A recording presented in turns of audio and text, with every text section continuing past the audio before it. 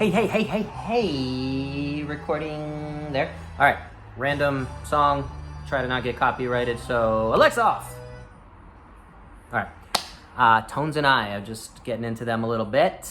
Wanted to talk about Alexa off. All right, she's off. So, wanted to talk about and try out a new setup here back in Southern California. Got my Smile glass, drink a poo, staying healthy. So today's episode, Bono's movement, and there's so many aspects of movement. I just did like 2 hours in the garage, just moving, and I feel so much better. I didn't have a purpose per se in there. I just wanted to move and play around with movement, my movement practice. So I'm gonna play around with a few of these phrases, these cliches that we go off of, and see where that takes us, and try to keep it to kind of a focused message here. But if you're watching this, the idea here is to get you moving. So if you're watching, if you're listening, I want you to, as you're doing that, maybe go for a walk or get inspired, pause the video, or if you have a podcast, so I got my recording here, go for a quick walk as you're listening. Lexi's down here. I don't know if she'll make an appearance. Lexi, you want to come up? You want to come up? No. If she comes up on the video, we'll see what she does. But anyway, we're going to go to the first of my motion concepts. So motion is lotion. All right, guys? And I'll add in the second one. I think I saw it on Reebok's shorts. If you rest, you rust. So that one I don't love, but there is that concept of if you're not moving into those deep ranges of motion, you develop issues like arthritis. A lot of the total knee replacements, total hip replacements that I've seen in my career, which I got my doctorate back in 2008, so I've seen a lot of folks.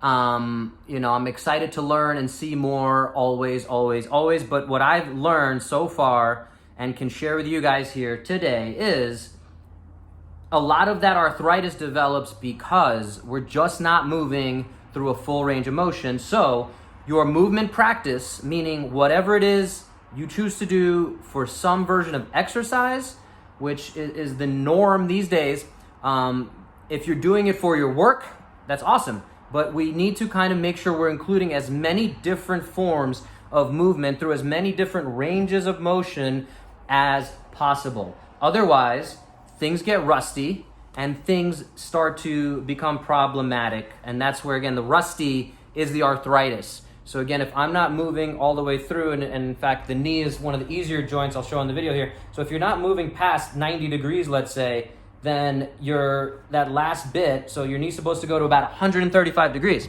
So if you're not getting those last 10, 20, 30 degrees of motion for a long time, it starts to get sticky there, and eventually things just aren't happy there. The alternative too is if you have imbalances and you kind of like brake pads, you wear away on one side there. So at the end of the day, motion is lotion, and if you rest, you rust.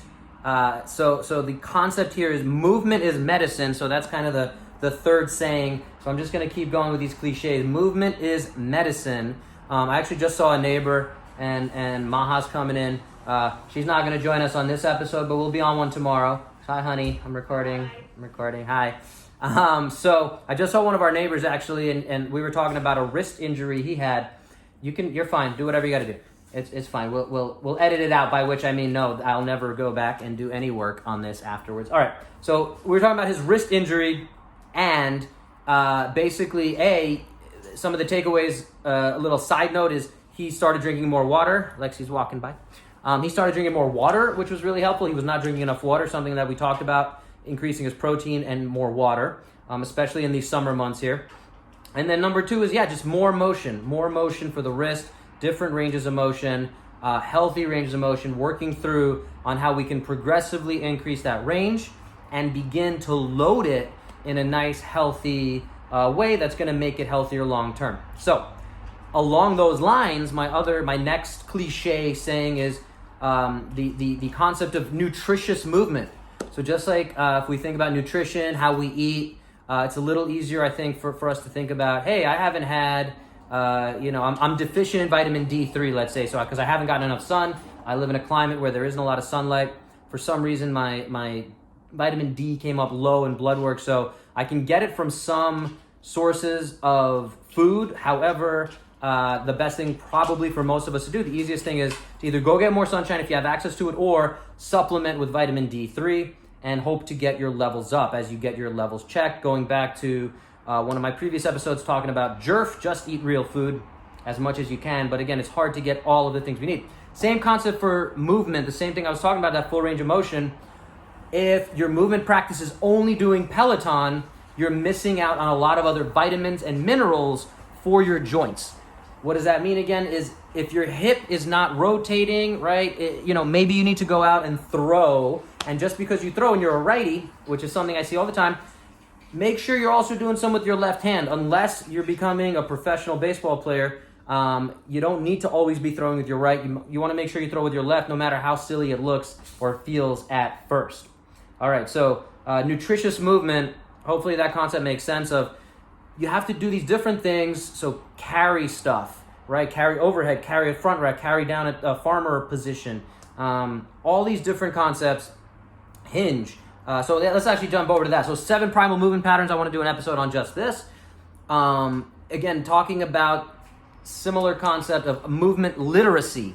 So that is the correlate or the analogy to as we go through school, we learn and we can read at a 6th grade level, a 7th grade level. We take the SATs to determine our aptitude and our understanding of math and English comprehension, things like that. So movement-wise is something that can get neglected. So what is your movement literacy? Meaning how many different types of movement are you capable of? Shout out to Kelly Starrett, Dr. Kelly Starrett, the Ready State, used to be Mobility WOD, and he talks about owning those positions. He's not the only one who talks about that concept, but the concept of you really own a position if you can breathe there and be comfortable there. So hanging out at the bottom of a squat and doing a press, all right, that means you own that position to some extent, or you're closer to owning it than just sucking at it, pardon the language. So that's movement literacy to me, is like, where do you rank? Are you at a 2nd grade reading level where your movements are just deficient and you're getting by with just the kind of things that you need in daily life, but you're ignoring getting up and down off the floor, which we start to lose at some point. If you're not dancing and moving in all these different directions, we start to lose that as we age. And again, I'm going to do a little bit different take on aging in another episode. So movement literacy, nutritious movement, 7 primal movement patterns is another way we can look at movement literacy. How good are you at all 7 of these? We tend to neglect some of these. So real quick, the upper body can push and it can pull. All right, real simple. And then we have a twist as well. So we can push, pull, and twist. The lower body can ambulate, gait. We can walk, run. That's one of the 7 movement patterns that we can talk about. Then you have a hinge versus a squat. The hinge and the squat, again, we'll go deep into what the difference is on some other videos there. But squat, basically, the really easy way to think about it is your knees and your hips are moving at the same time. Versus the hinge, basically your hips are doing all the moving and you're hinging at the hips. And your knees are kind of just locked in place, so to speak. So that's the movement patterns. I think I got them all. So the last one being lunge. So one more time, push, pull. All right, and then we can break that down into vertical, horizontal, all that stuff. Push, pull. Then we have squat and hinge. Then we also have lunge. All right, so that's 5.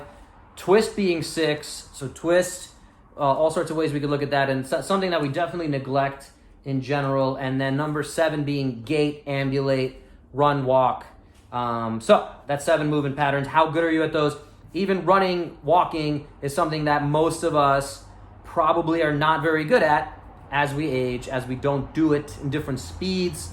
Again, I've actually worked with a lot of runners and they do a lot of mileage, but that does not make them very good in their movement literacy and how I would rate them as a runner. Just because they can run an ultra marathon does not mean they're actually technically proficient, and that does not mean that they're being optimal and avoiding the injuries and the problems that come with running. So I'll give credit again to Dr. Kelly Starrett again with the Ready State of, it's from someone else, but he always brings these up of, you are only as old as your joints are healthy. So if your joints are not healthy, that means you're getting older. And again, your joints being unhealthy is not necessarily a normal part of aging. It's common, it happens, but it's something that we should be working and to fight against. And a lot of times it's just misuse or lack of use that leads to the unhealthiness of those joints. All right. So hopefully that makes sense.